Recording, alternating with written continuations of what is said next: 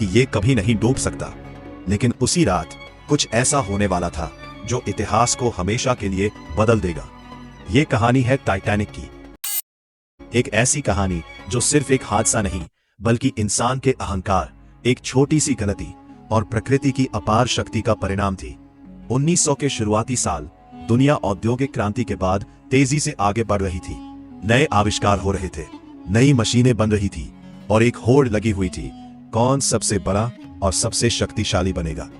इसी दौर में एक ब्रिटिश शिपिंग कंपनी थी, व्हाइट स्टार लाइन। उन्होंने तय किया कि वे सिर्फ एक जहाज नहीं बनाएंगे बल्कि दुनिया का सबसे शानदार और सबसे बड़ा तैरता हुआ महल बनाएंगे। और इस सपने का नाम दिया गया टाइटैनिक। 1909 में बेलफास्ट के हारलैंड एंड वुल्फ शिपयार्ड में इसका निर्माण शुरू हुआ। हजारों मजदूर, इंजीनियर, डिजाइनर सभी एक ही लक्ष्य के लिए काम कर रहे थे, पूर्णता। दिन रात लोहे की बड़ी बड़ी प्लेटों को जोड़ा जा रहा था, रिवेट्स लगाए जा रहे थे हर एक हिस्से को कि ये कभी नहीं डूब सकता। लेकिन उसी रात कुछ ऐसा होने वाला था जो इतिहास को हमेशा के लिए बदल देगा। ये कहानी है टाइटैनिक की। बहुत सावधानी से डिजाइन किया जा रहा था। टाइटैनिक सिर्फ बड़ा नहीं था, वह बेहद विशाल था।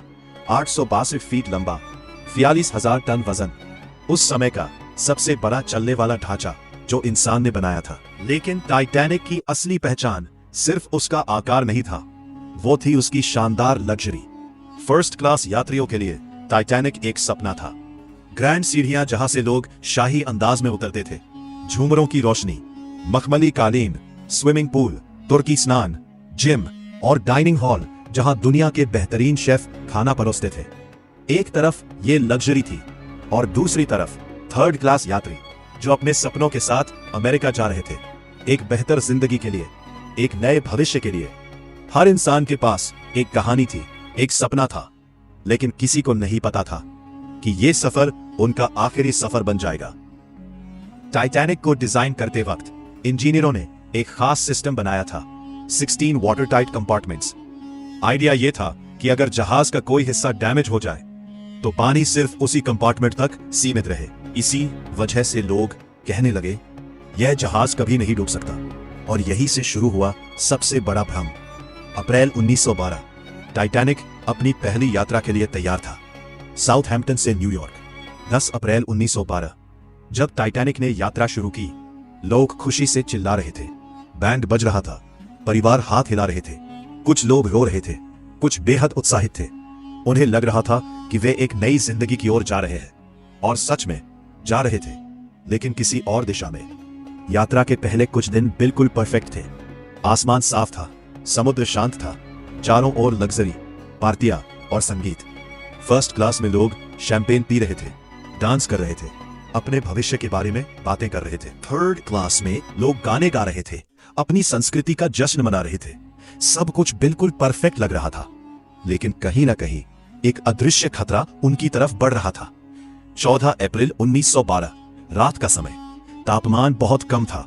समुद्र के उस इलाके में आइसबर्ग्स काफी आम थे और टाइटैनिक को चेतावनियां मिल चुकी थी।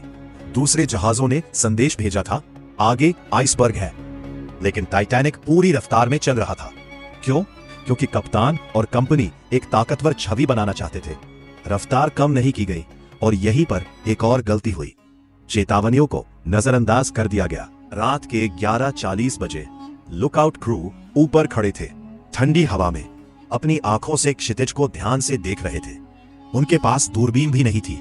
अचानक उन्हें आगे कुछ दिखाई दिया, एक परछाई, एक विशाल आइसबर्ग बिल्कुल सामने। Iceberg right ahead. अलार्म बजता है, स्टीयरिंग व्हील घुमाया जाता है, इंजन रिवर्स किए जाते हैं। लेकिन टाइटैनिक बहुत बड़ा था और उसकी रफ्तार बहुत ज्यादा थी। सिर्फ कुछ सेकंड और फिर क्रैश। आइसबर्ग जहाज के किनारे से रगड़ता हुआ निकलता है, जैसे किसी ने लोहे को फाड़ दिया हो। एक लंबी दरार पड़ जाती है। नीचे इंजन रूम में पानी तेजी से अंदर घुस रहा था। वर्कर्स घबरा गए। इंजीनियरों ने तुरंत हिसाब लगाया और जो उन्होंने देखा वह उन्हें भी डरा गया। 5 कंपार्टमेंट्स पहले ही पानी से भर चुके थे। टाइटैनिक अब बच नहीं सकता था, ये डूबने वाला था।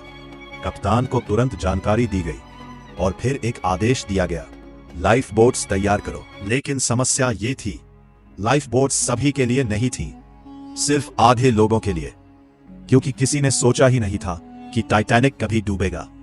शुरुआत में लोग इस स्थिति को गंभीरता से नहीं ले रहे थे। कुछ लोग हंस रहे थे, कुछ लोग कह रहे थे ये सिर्फ एहतियात है। लेकिन धीरे धीरे हकीकत सामने आने लगी और घबराहट फैलने लगी। महिलाएं और बच्चे पहले लाइफ बोट्स भरी जा रही थी, लेकिन कई नावों को आधा खाली ही भेज दिया गया, क्योंकि लोग जहाज छोड़ना नहीं चाहते थे। उन्हें लग रहा था कि टाइटैनिक सुरक्षित है। इसी बीच कुछ कहानियां ऐसी थी जो दिल तोड़ देती है। एक कपल था जो हनीमून पर जा रहा था। जब लाइफ बोट का समय आया तो सिर्फ पत्नी को जगह मिली। पति ने उसका हाथ पकड़ा और बस इतना कहा, मैं तुमसे प्यार करता हूं, दोबारा मिलेंगे। और फिर वो कभी नहीं मिला। एक माँ थी अपने 2 छोटे बच्चों के साथ। जब लाइफ बोट आई, उसने पहले बच्चों को बैठाया, फिर खुद चढ़ गई। लेकिन उसकी आंखों में डर था। उसे पता था शायद उसका पति पीछे रह जाएगा। वह बच गई, लेकिन उसका परिवार टूट गया। और फिर टाइटैनिक के म्यूजिशियंस, वह लोग आखिरी पल तक संगीत बजाते रहे। सोचो, जब सभी लोग घबराहट में थे, तब भी वे वायलिन और पियानो बजाते रहे, लोगों को शांत रखने के लिए। एक तरफ डर, एक तरफ संगीत। ये दृश्य आज भी टाइटैनिक की सबसे भावुक यादों में से एक है। जैसे जैसे समय बीत रहा था, जहाज धीरे धीरे झुकने लगा। जहाज का अगला हिस्सा पानी में जा रहा था। लोग अब समझ चुके थे, यह अंत है। अब घबराहट अपने चरम पर थी। लोग लाइफ बोट्स के लिए लड़ रहे थे। कुछ लोग पानी में कूद रहे थे, कुछ अपने अपनों को आखिरी बार गले लगा रहे थे, कुछ प्रार्थना कर रहे थे। और फिर रात के लगभग 2:20 बजे टाइटैनिक अपने अंतिम पलों में था। जहाज का अगला हिस्सा पूरी तरह पानी के अंदर चला गया और दबाव इतना ज्यादा हो गया कि टाइटैनिक बीच से टूट गया। 2 हिस्सों में। एक हिस्सा नीचे चला गया, दूसरा कुछ सेकंड के लिए हवा में खड़ा रहा और फिर वह भी अंधेरे समुद्र में गायब हो गया। 1500 से ज्यादा लोग बर्फ जैसे ठंडे पानी में गिर गए। पानी इतना ठंडा था कि सिर्फ कुछ ही मिनटों में शरीर काम करना बंद कर देता था। लोग चिल्लाते रहे, हेल्प, प्लीज, लेकिन धीरे धीरे उनकी आवाजें कम होती गईं और फिर सिर्फ खामोशी। एक ऐसी खामोशी जो आज तक महसूस की जा सकती है। कुछ घंटों बाद एक जहाज बचाव के लिए आया, कारपैथिया, लेकिन तब तक बहुत देर हो चुकी थी। सिर्फ लगभग 700 लोग ही बच पाए। बाकी सब